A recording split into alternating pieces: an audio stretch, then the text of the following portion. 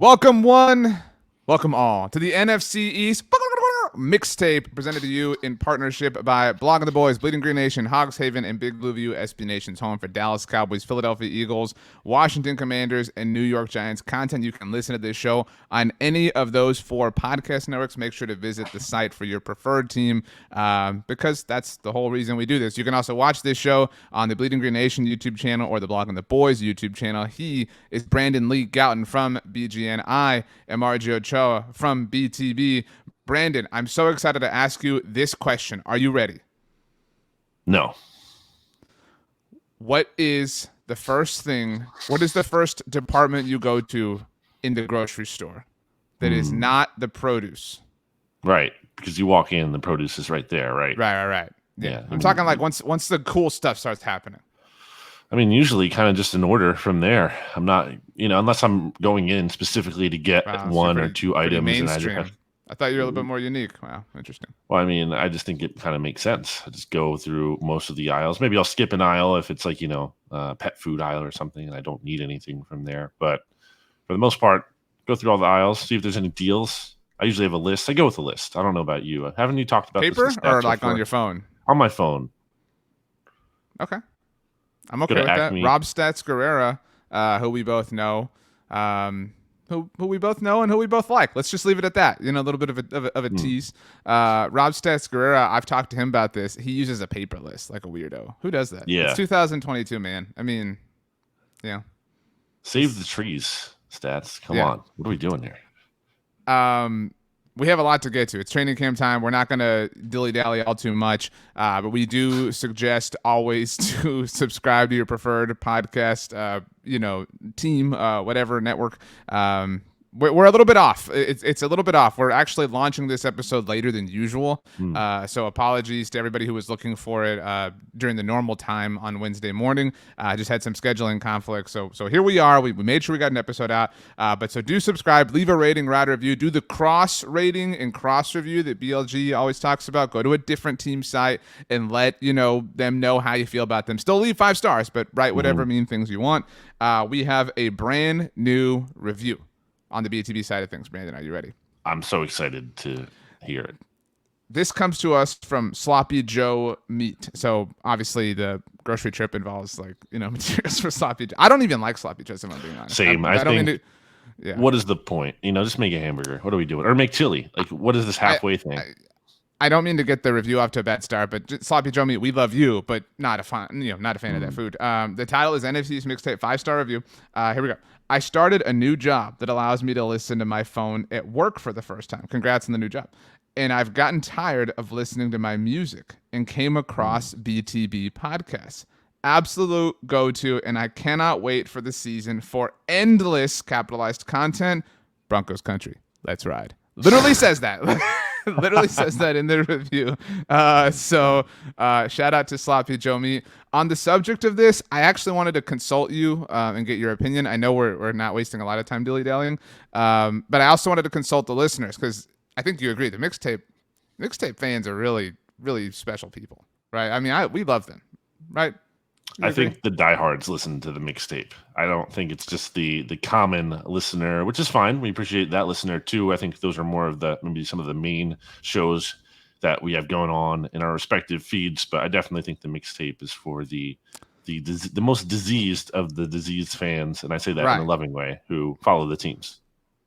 It's a little family to that point, and so I'm asking for the opinions of our family members, which includes you. I feel guilty just benefiting off of Russell Wilson's, Russell Wilsonness.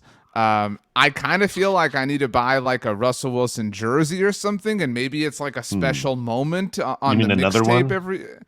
Well, I have a Seahawks one, to be clear, right. But the Broncos country let's ride thing is like a thing, and I love all the mixtape listeners who tag me on Twitter and Instagram and TikTok on the latest Russell Wilson quote, and so I just feel guilty. I feel like I'm just like this leech, creating content for Russell Wilson or about Russell Wilson, and I'm not supporting the cause, and so I don't know what the protocol is here, but I was curious for your thoughts and everybody else's, and so I'll listen to everybody and do as the mixtape wishes.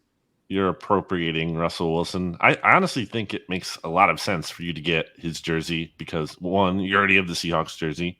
Number two, you already are him based on, just the way you talk. Number three, you don't like the Chargers very much, and they're in the same conference. And also, you kind of don't necessarily love the Chiefs. Kind of sticks a bit of a thumb in Pete Sweeney's eye. So there's a lot of reasons to get the jersey. And I also, if I'm not mistaken, I think you like the Broncos uniform. So all the more reason to do it. Love the colors. If I do it though, I'm gonna get the navy. That's what I was expecting.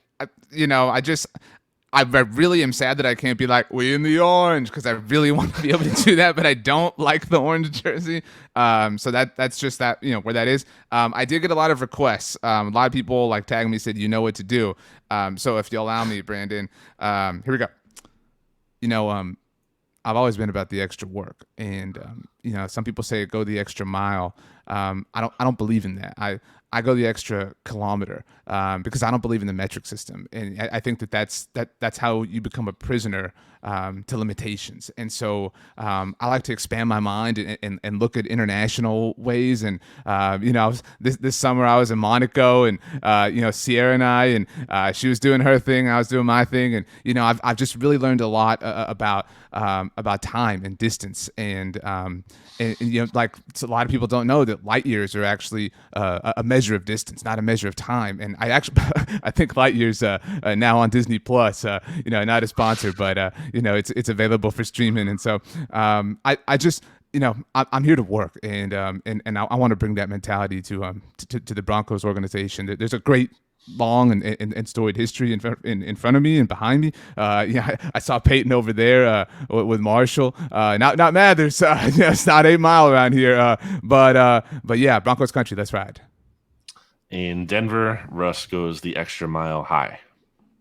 Nice. Yeah, that line about tripling it was really dumb. I had a really funny joke that didn't land. I said, wow, he triples it when quadrupling is available, and nobody thought it was funny. So whatever. So, training camp started in the NFL last week. I thought that was really funny. Whatever, BLG. Go ahead. Including the Philadelphia Eagles. I forget exactly when the Cowboys started, but basically all around at some point last week, a little bit, some camps a little bit earlier than that.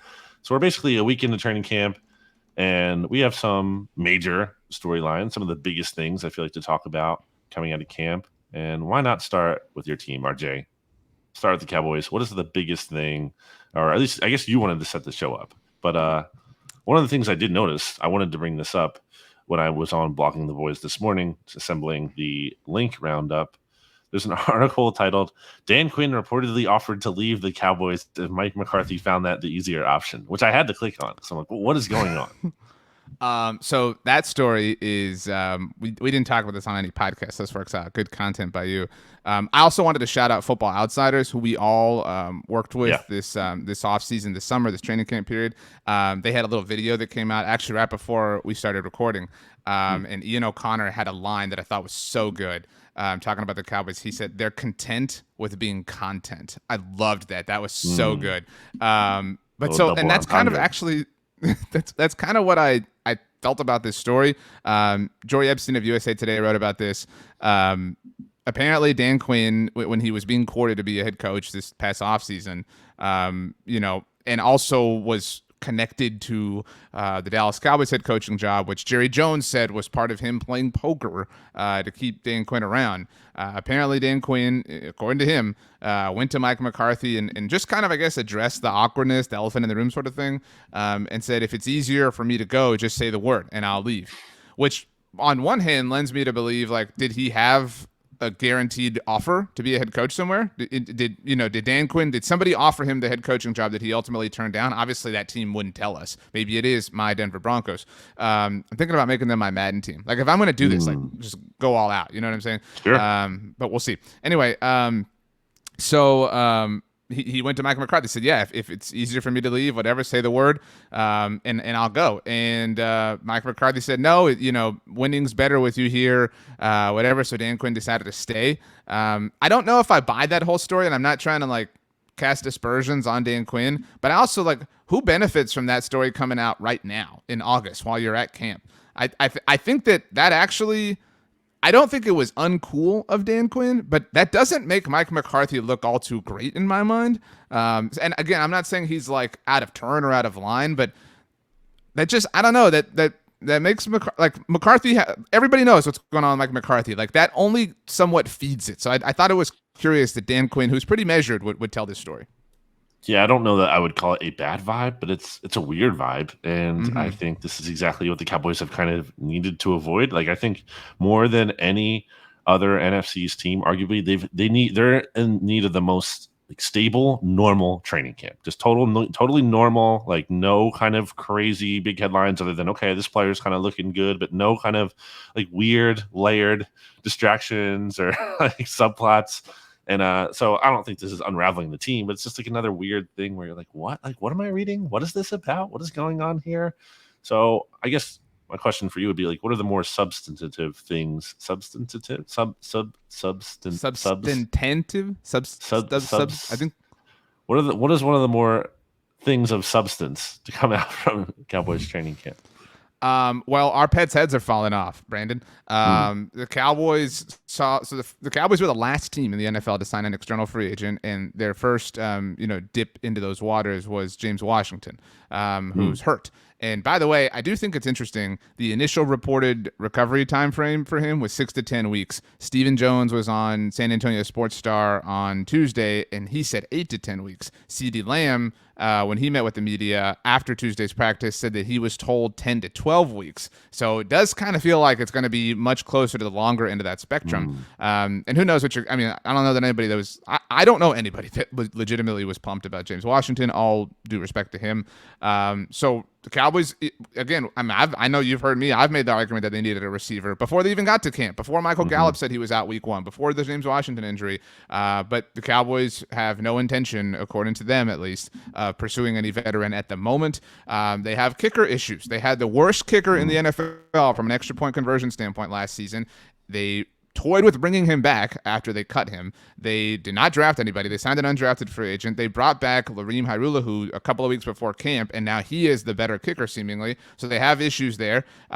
They left the swing tackle position on a team whose left tackle has missed time every year for 6 straight seasons Hmm. to a battle between a second-year fourth-round player who didn't play last year and a rookie fifth-round pick who had shoulder issues last year, who's now out at the moment with the aforementioned shoulder issues. So it's all of these problems were 100% predictable. So I think that's the thing of most substance is like the chickens are coming home to roost for the Cowboys. You know, it's like they're sitting here like, whoa, we have these little bitty problems, and like there are successes happening. I don't mean to say like it's all doom and gloom, but all the Hmm. problems they have right now were 100% preventable, but they chose not to do it. They have $22 million in salary cap space, and they're seemingly not interested in exercising any of it.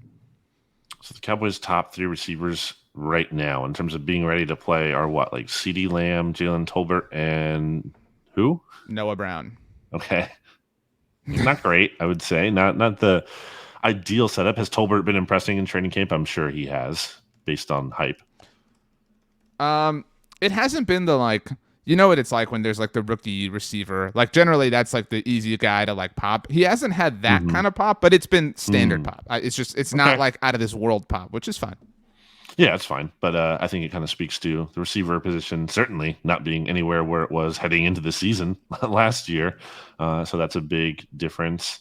I did notice that you mentioned like kicker is just going to be an issue for this team, which tough, tough spot to be in. Not necessarily going to ruin the whole season, but could actually be pretty significant. So and then the backup tackle thing. I mean, Tyron Smith is going to miss games. Like he just is. Like, it's going to happen. If it doesn't happen, then that is way exceeding expectation. The expectation should be that he is going to miss time. So if that offensive tackle depth isn't there, then that's not great. And there's still options on the market. I know BTB had an article about that too, about some of the veteran names out there, including like a Sam Tevy.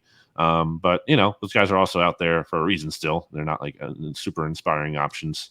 So And that's I don't what's know. frustrating is like these August problems didn't need to exist. You know, if you had done the work in March, April, and May, we wouldn't be worried right now. And we've talked a lot about regression of the mean in a number of different ways. One way that gets like a little bit or flies a little bit under the radar is they were very healthy last year. They were inordinately healthy, and that actually regressed past the mean from 2020. In 2020, the two teams who lost the most games to injuries were the San Francisco 49ers and the Dallas Cowboys, and we saw what happened to both those teams a season ago, obviously. And so if you do regress closer to the mean, at least you're going to miss some time from some important players beyond the statistical regression to the mean in as far as turnovers and things like that. And so it just again it feels like they're living in this, they're trying to live in this vacuum where everything's going to be perfect if everything goes according to plan. That's true, right? Like if everything goes according to your plan, you're going to be fine. But it probably won't, right? Like that's life in the NFL. And so that's, I think, the like general temperature right now. I do think people are excited. Micah Parsons does seem like, I don't know that he's going to be better from like a statistical standpoint because it's very, very difficult. And the same goes for Trayvon Diggs. But they are showing the right signs of growth and development along their career trajectory. So that is really nice to see. And I do think, and I know you agree, it's possible for them to be better players this coming season with lower or fewer statistical numbers just because, again, some inordinate things happened to them last year. So that's very good to see. They're extremely top heavy, and it feels like most of the top is fine and stable, but everything beyond that is they're a lasagna where the top layer just looks amazing and appealing, but underneath it's like not cooked and just gross. I think it's the usual kind of thing with the Cowboys. It's like it's the flash over the substance, and the flash can be really good, but when you're digging deeper, it can be an issue.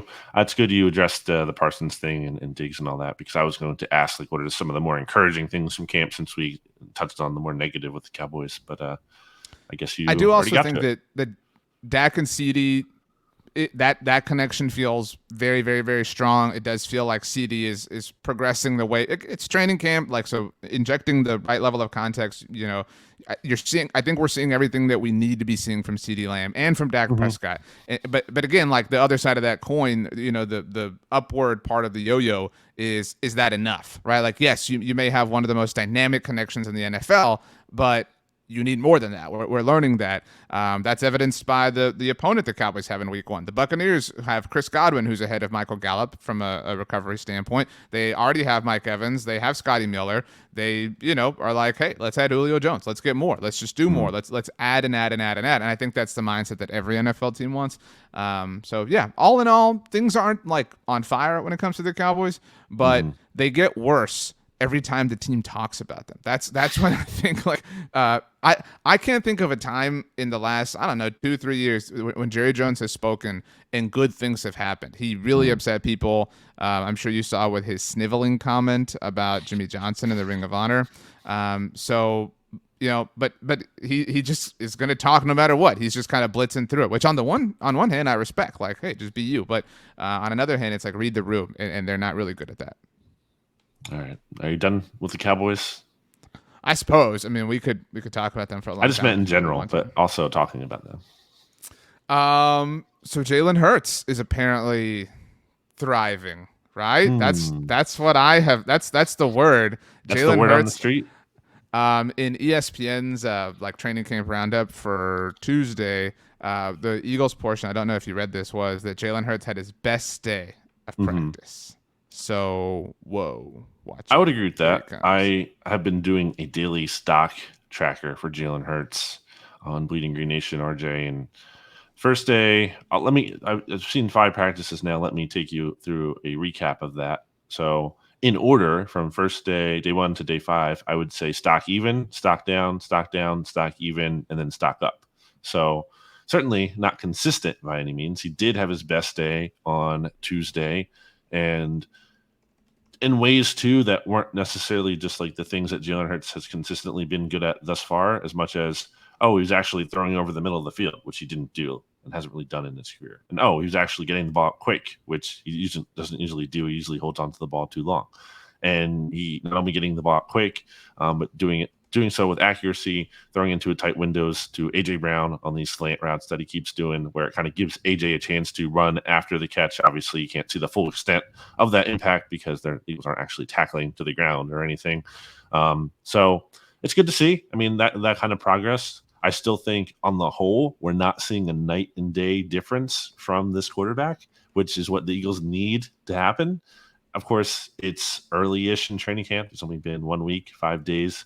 Not saying he can't continue to progress throughout camp in the summer and everything.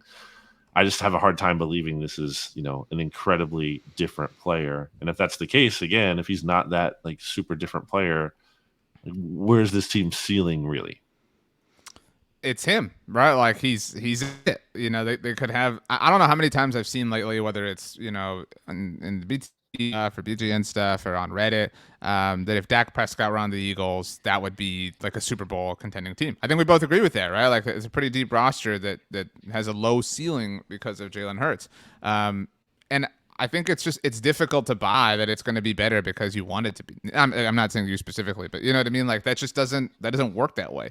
And how many teams do you feel like good about on the whole, but not with the quarterback? Right, like the 49ers in the past couple of years. The 49ers in the past couple of years. I don't feel this way, but I think some people could make an argument for the Vikings. I think the Vikings have a really interestingly talented roster, but some people don't like the quarterback. I think I disagree with that, obviously. I think who's the opposite? Like on maybe the Raiders is also another answer for you, is the people that don't like Derek Carr.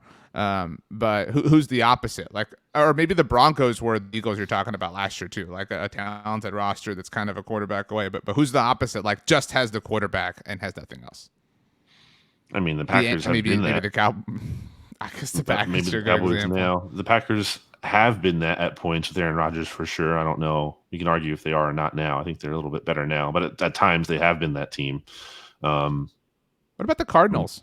The Seahawks probably at some additions. Oh yeah, I'm talking now though. Like I think the Cardinals are in that mix a little bit. I don't know about their quarterback.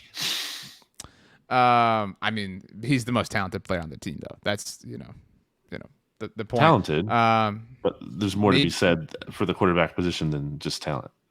Maybe I'm in the future. There's going to be an argument for that's the Chiefs. Patrick Mahomes has no talent around him. Like we're going to get the meme. I don't know what car it is, but I'm talking about the like Corvette or whatever it is in the like rundown house, and they're going to be like Patrick Mahomes on the Kansas City Chiefs.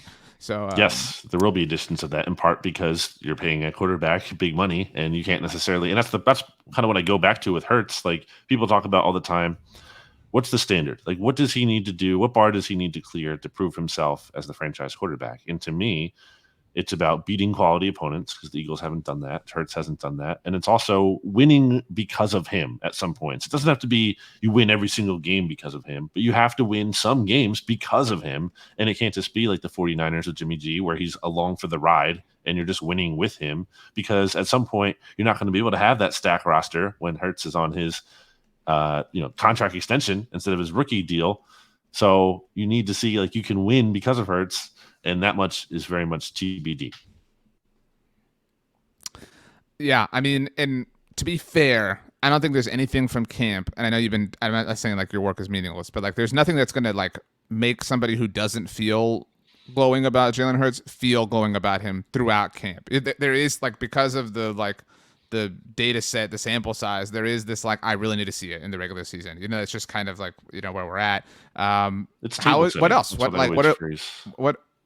What about the non-Jalen stories? Is AJ Brown on fire? I saw that Jalen Reagor caught a big-time touchdown for Jalen Hurts. Watch. Jalen Reagor did have his best practice I've ever watched on Tuesday. I don't take that to mean anything moving forward because he has a long way to go before anyone can say he's turned a corner in his career. But, hey, credit to him for having a good day. He only got playing time with the ones because Quez Watkins had to miss some practice time due to illness, so he took advantage of the first team reps. But yeah, AJ Brown's looking good. He's kind of really coming on here. Darius Slay has had a hard time covering him, and I don't think that's really a put down on Darius Slay because Slay's had good coverage to be clear at times too, and AJ Brown has just like made the play. Like yesterday on Tuesday, Darius Slay and Brown were going up against each other in a one-on-one rep, and so he had pretty good coverage, even got a hand on the ball, but Brown was able to stay with it, and he like pinned it to his helmet with just like one hand and as he went out of bounds. Like that's like a wide receiver one kind of, that's like elite wide receiver, big money receiver kind of catch. So we've seen some good signs from him. I think that's probably one of the more relevant things in terms of big picture. Like I don't need to get into like Marcus Epps, and people don't really care about that outside of Philly. What about Jordan Davis? Yeah, Besides the incredible vocals. he's a big man, and not just like I keep making this distinction. He's not just like he's not fat. He's 6'6", 334 It's pounds. just a bigger human than other people, right? He's very large, but he looks like sleek as much as someone can look sleek for that with those dimensions. Like he looks like very. I mean, it makes sense. He tested it out of the gym. In terms of his athletic measurements and everything, elite athlete, and we've seen some of that. And in 1-on-1s, he is he's pretty powerful and dominant. It's hard to block that guy 1-on-1. So early encouraging signs from him as well. There's going to be a rotation in there, but definitely stock up for him. I think he's looked good, not only in terms of like clogging up runs, which everyone is assuming what he can do, but also like actually being able to kind of generate pressure up the middle in the backfield there on the quarterback. So, yeah. Definitely stock up for him. If I have to take a negative thing, I mean, it's kind of the Hurts thing, I would say. Not that he's looked bad, but just that he hasn't made the leap. What else? I don't know. I guess that's the biggest thing. I'm trying to do like a big negative and big positive for each team here, I guess. Okay. Well, it sounds like we're in a good place with the Cowboys and Eagles, all things considered. Are you ready to take a little break and then do the other two teams? I need a break. I'm tired, RJ. Let's take a break. Okay. The YouTube audience, we're definitely taking a break. The podcast audience, obviously, you know what's happening. Brandon, we're back. During the break, you were telling me about the way you spice food when you cook, the things that you get from the grocery store. What is the first spice you always place on meat when you're cooking meat? I don't cook a lot of meat, actually. And I'm not a vegan or vegetarian or anything. I very much enjoy a good burger or whatever when I'm going out, but I don't cook with a lot of meat at home. I guess I'm not really supposed to have red meat due to health reasons and everything. So, or at least eat it kind of, in moderation. So that's part of it. The other part of it is I don't really desire it when I'm like cooking at home. I feel like I kind of it's more of a treat when I don't use the word desire often enough. That was a good usage of desire. Wow. Good YouTube song. You had a hoagie the other day that you posted on Instagram, and it looked. Also, you attacked the pizza that I had. Nobody saw this because it was an Instagram direct message. I posted a photo of a pizza I had last Friday night, and Brandon came in all elitist and pretentious and was like, "This pizza looks so stupid." It was delicious. It looks stupid. I'll have you know.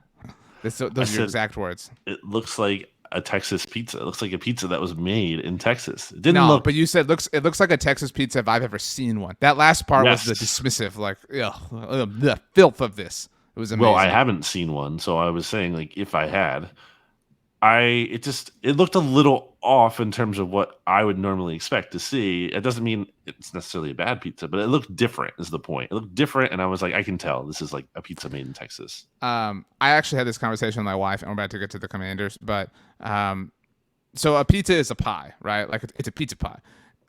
Sure. I maintain when we're talking about pies, like the general desserts, the crust is an important part. Like if the crust sucks on a pie, it affects my sort of grading or my assessment of the pie. Absolutely. But it's not as necessary for me when it comes to pizza. And she disagreed. Wrong. I would love for the crust to be good when it comes to the pizza, but like sometimes I don't even eat the crust. A lot of people don't even eat the crust. You know what I mean? Oh, but nobody. Edge. Yeah, like again, what is the crust the way it would be? The bottom is the crust too. It is the crust, and like obviously, if that sucks, then the pizza sucks. But like it's defined a little bit differently. So that's what I'm saying. The outer edge crust is not. That was the discussion, the debate we were having. My point is, it is not as necessary to be good with a pizza the way it is with a traditional pie. Yeah, I don't really agree with that. I mean, it's like that's where it has to go right. And I think that's where there's a lot of variables. Just people do different kinds of crusts and different temperatures. I think an underrated pizza experience, RJ, and I don't get to do this a lot. I feel like because I'm usually just getting a whole pizza, and that's like a normal serving size for someone as huge as me, or maybe I eat half and then have half the next day or whatever, is the slice that has been sitting out, but they pop it back in the oven and it gets reheated. So it gets like that re-crisp on it. I think that's really underrated. Also, along those lines, I don't know about you and if we've talked about this before, but my favorite way to reheat pizza, if I'm going to reheat pizza, I think a lot of people do it in the air fryer nowadays. I don't have one, so I can't do that. I used to do toaster oven a lot. If I have a lot of pizza, Oh, I'll do the oven. If I have like, 4 or more slices, I'll do like the oven. But if I have just one slice, I might just throw it in the toaster oven. But I think the best way to do it, really, after a lot of trial and error, is a frying pan. You got to put it in the frying pan. You dude, do the that's a great point. cheese side down first. So like as it's warming up, it's not gonna like burn it. It's just gonna warm it up enough so that side actually gets warm and like the cheese gets a little bit melty in the sauce and everything. And then once it starts to get like hotter, you flip it back over, you get it on that backside. And I think it kind of gives you that pizza oven slice experience where like the bottom is crisp and it's really good. It's a good point. This is a subject for next week, so everybody just kind of put a bookmark in it. If you want, tweet or Instagram us at Brandon Gotten at RJ Ochoa on both places. You mentioned like pizza sitting out. People talk about like, oh, the best cold food is pizza, like out of the fridge. There's a different category to me is the best like room temp food, like something that's been sitting out, like you said, pizza. My argument for that, and again we'll discuss this next week, is Chick-fil-A nuggets. If you go to like an event or like a banquet or like whatever, like a press box or something, and the Chick-fil-A chicken nuggets have been sitting out for, again, I'm not saying like 5 hours, but for enough time to, lose their heat and reach, the equilibrium of room temperature, nothing better at room temp than that. So I want to hear your thoughts next week. Right now, I want to hear your thoughts on Curtis Samuel. All right. Because, whoa, he joined up with Ron Rivera and he had a lot of success in Carolina. And that meant that he was going to have a lot of success in Washington. Now, I don't celebrate any player being hurt. Neither of us do that. But he's been limited through the early portion of training camp practices for the Commanders. Ron Rivera on Tuesday said there was some concern with his football conditioning after not playing much last year, which factors into managing his workload. We've got rest management happening here. His quote, "You have to be smart with it. We're going to stick to the plan." He said it has nothing to do with last year's groin injury. Do you believe him? No, not at all. And regardless of what I believe, I mean, there's so many red flags here. How is anyone looking at this Curtis Samuel signing and be like, yeah, this is going to work out? Year one was a wash, but year two, this is really it's going to be different this year. No, I think all the signs are not pointing towards that. It's not a good moment for the Commanders here. What is a good moment? What have you seen that is like promising? Little birdie, and I will name the source here. My friend Mike K, who used to cover the Eagles full time for different outlets, including bleedinggreennation.com once upon a time. He has been going to training camps up and down the East Coast, RJ. He works with Pro Football Network now, including the Giants and the Commanders training camp. So I've kind of been picking his brain on the sideline when he's been showing up at Eagles training camp to get a lowdown on what's happening there. And he did confirm to me that Jahan Dotson is looking good. He's definitely impressing early on. Carson Wentz and him seem to have a good connection. I've seen the same thing being said by other Washington beat reporters, so that's not just him. So that's the positive. But I've also, to throw another negative in here, I've also heard Mr. Carson Wentz has not necessarily looked great. I saw a tweet today from Mike Garafolo that apparently he's coming off a good day of practice, so okay. But on the whole, I've heard he still had problems with accuracy issues, which I'm certainly no stranger to seeing. So it seems like there's a decent amount of up and down in camp. It's been quiet for Terry McLaurin. I wonder if that could be an interesting thing where once upon a time, Alshon Jeffrey and Carson Wentz weren't exactly on the same page. I wonder if that could be a similar issue. And Carson Wentz tends to have his favorites, and it seems to be like Dotson is one of those favorites early on. I mean, all that is fair, and like I wanted to have some fun with the like Carson Wentz like throwing back-to-back interceptions tweets that were happening, but like it's training, you know what I mean? Like that's gonna happen. Like I don't think that we should, because that happens to Aaron Rodgers or whoever in training camp, and nobody makes fun of it. Again, that I think is like people just confirming their priors. I hate to be negative, but we didn't even bring up that last week Ron Rivera kind of accidentally let slip that Chase Young might start the season on the PUP list, which is significant because that would mean, and we've talked about this, he's out for the first 4 games of the season, which is down from 6. That's a new rule change. He would miss the first games of the Commanders against both the Eagles and the Cowboys if he were to be on the PUP list at the beginning of the season. That seems seismic. I mean, Chase Young is literally the type of player who can swing a game. 2 divisional games against the 2 best divisional teams. Not a great moment for the Commanders. I the subject of the fans, because I know you sent that to me, just the lack of fans at training camp. And I think it's Oh, interesting to see the response to that, because I think my impression is that some people might clown on the fans. I'm like, no, I have all the respect in the world. Don't show. Why would you show up? Why would you waste your time and money, even if it's just gas money, whatever, getting there on this team that's like pathetic in so many ways? Don't waste your time on that. Like, don't show up. Like you're standing out there in the hot summer sun to see like this garbage organization. the hot sun. What's the temperature in Landover or whatever? I mean, I we're heard talking it like gets 80 hot. degrees, 85 degrees. I don't know. I'm not an expert. I've been in DC in the summer though. I have been in DC in like mid June, and it was really freaking hot. Uh, so, and then shout out to my dad, who I think once was in DC and kept talking about how he wanted to jump in the Potomac.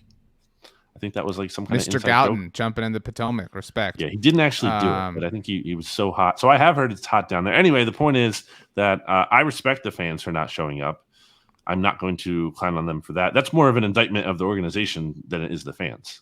Yeah, I mean, they're also. Did you see the like fight song thing they're doing? The like contest or like input they're receiving? No. Like because they have to change the fight song because it used to be "Hail to the" obviously, and so they're amending some of the lyrics.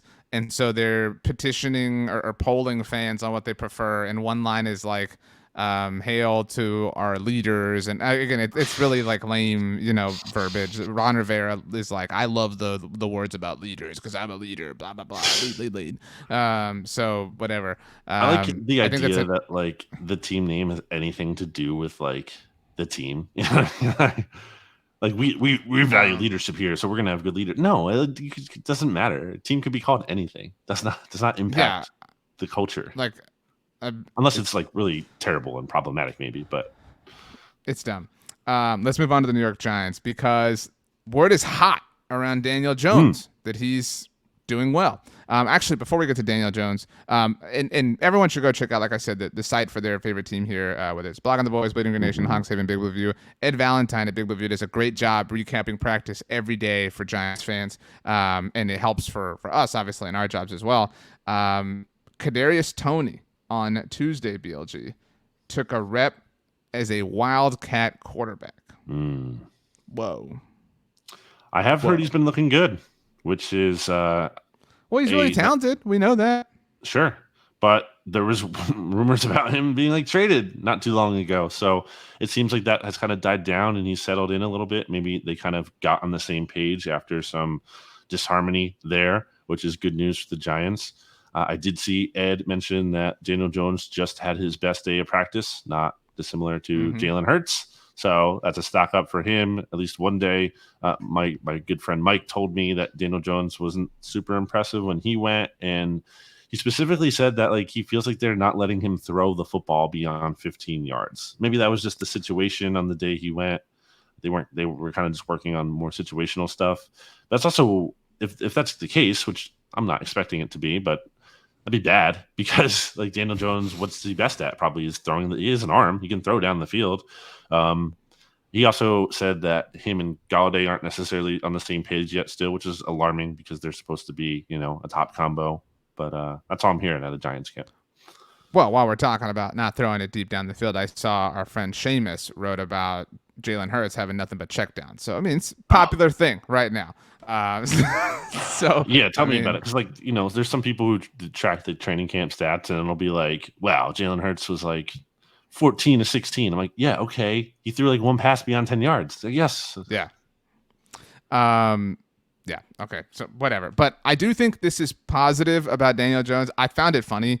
We're at the time of year where like NFL Network is at every single training camp, right? And they're like kind of parachuting in and they're interviewing people and stuff. And while they're interviewing somebody, they have like the stats from last year just kind of flashing on the screen, right, for the viewer. So they have Daniel Jones on the set. They're like gassing him up, like, what are you going to do? Like tell the guy he sucks. And so they're like, oh, how excited are you? Blah, blah. And then the screens come up and it's like, every ranking in every offensive category, it's like 30th, 31st. Like, it was so funny, like, just like kind of seeing it. So we'll see. Can you stop being the meme, Giants? Another note from Giants practice, BLG. I don't know anybody that's been higher on Adoree Jackson than us. Actually, I actually can't name another person who likes Adoree Jackson the way we do, and we praise that signing. We get criticized for not liking the things the Giants and Commanders do, but we were all in on that, and he's apparently on fire. That makes sense. He's a talented athlete. We could totally see him. Maybe. You know what, Brandon? The reason that they cut James Bradbury, James Strawberry, Blueberry was because we got Adoree Jackson. He's gonna take a leap here in his second year with the Big Blue View. He's got the NY on his helmet. Sometimes it has the block giants like Bill Parcells had back in the day. That's pretty good, New York accent. You're Russell Wilson, and you're also a New York. I just don't even imagine for whatever reason, I can't imagine like actual people in New York, like New York City, New Yorkers like talking about the Giants. I know they're New York based, but I guess because they're in North Jersey, I just have a hard time picturing it as much as I could about like the Yankees. You know what I mean? I feel like you would like that would be much more, or the Knicks, much more easy to envision for me. For some reason, I can't.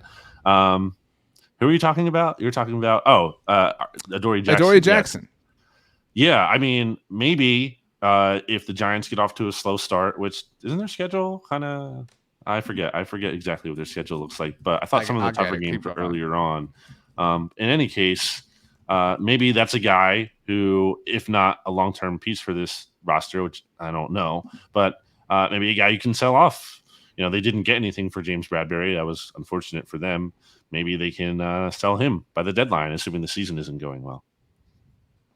The Giants' schedule, incidentally, week 1 at the Tennessee Titans, so revenge for Adoree Jackson. Wow. Week 2, they have the Carolina Panthers. Week 3, Monday Night Football. That's one of the games they're wearing the throwback uniforms that I mentioned, against the Cowboys. Week 4 against the Bears. Week 5, Packers. Week 6, Ravens. So you got to win those first 2, Tennessee and Carolina, because then you got Dallas and Chicago, and then Green Bay. What's their record? Baltimore. What's their record through 6 weeks there?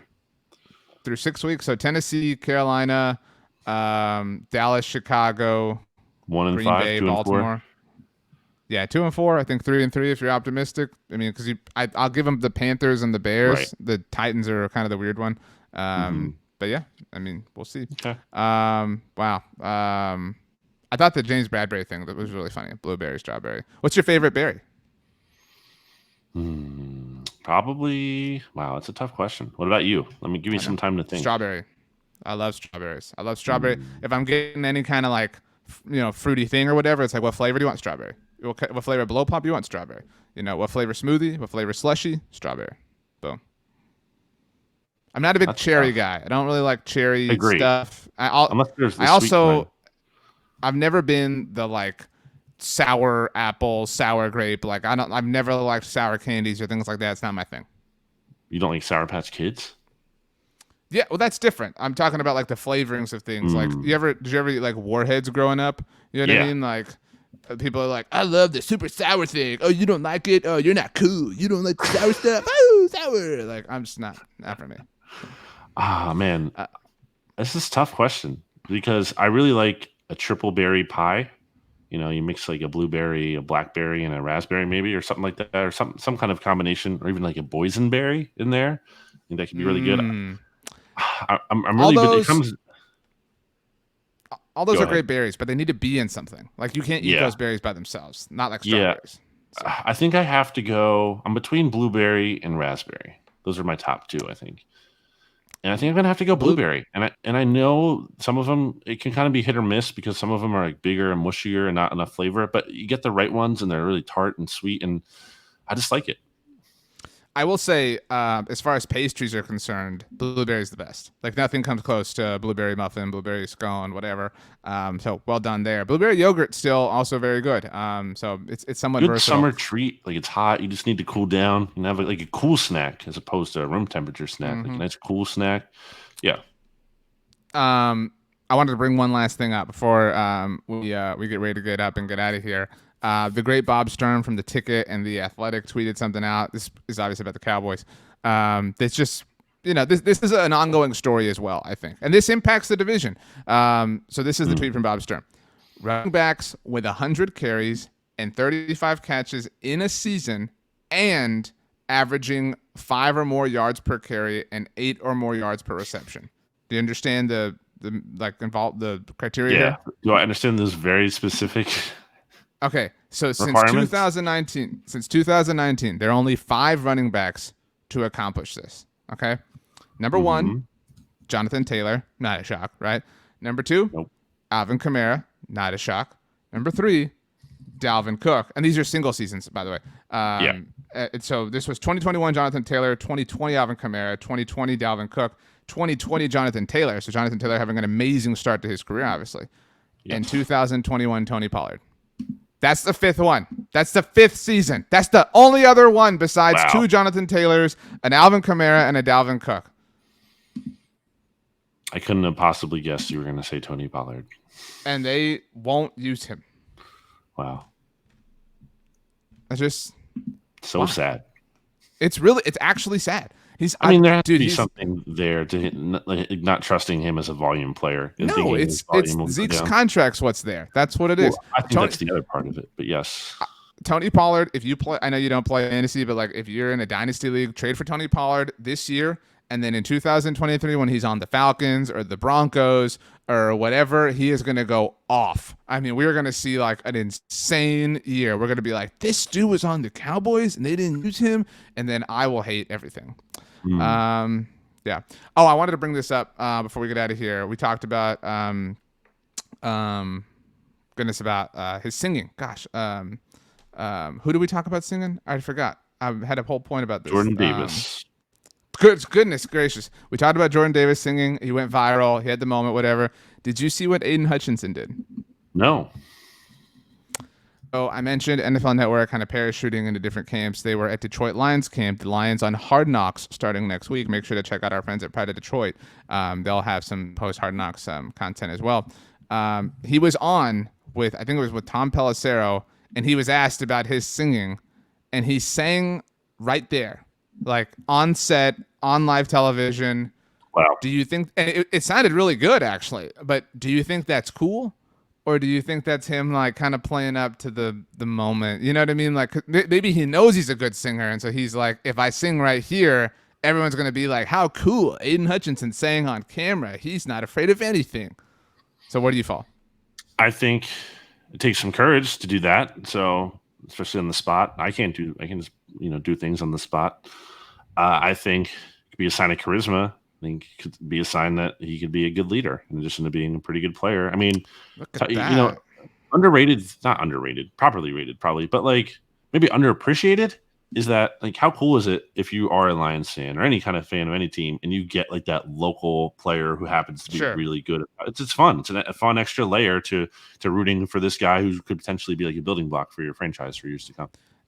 It's a little tough if you're like a Michigan State fan. You know what I mean? Like that's probably a little bit difficult. I know a Michigan State fan who's a Lions fan, but like he doesn't care. Like he'll take Aiden Hutchinson. Well, yeah, but still, like, yes. but my point is, like, you're right. It's much cooler if you are a Michigan fan, Mhm. and that works out. I can't. There's, that happened like when Roy Williams was traded to the Cowboys, incidentally from the Lions. All the University of Texas fans, but that didn't work out. That's why a lot of people wanted Johnny Manziel. Was it for him? We don't need to talk about this, man. Was it 2 or 3? Okay, let's move on. Actually, let's just go. Let's leave. Okay. Give us 3 random words that all start with the letter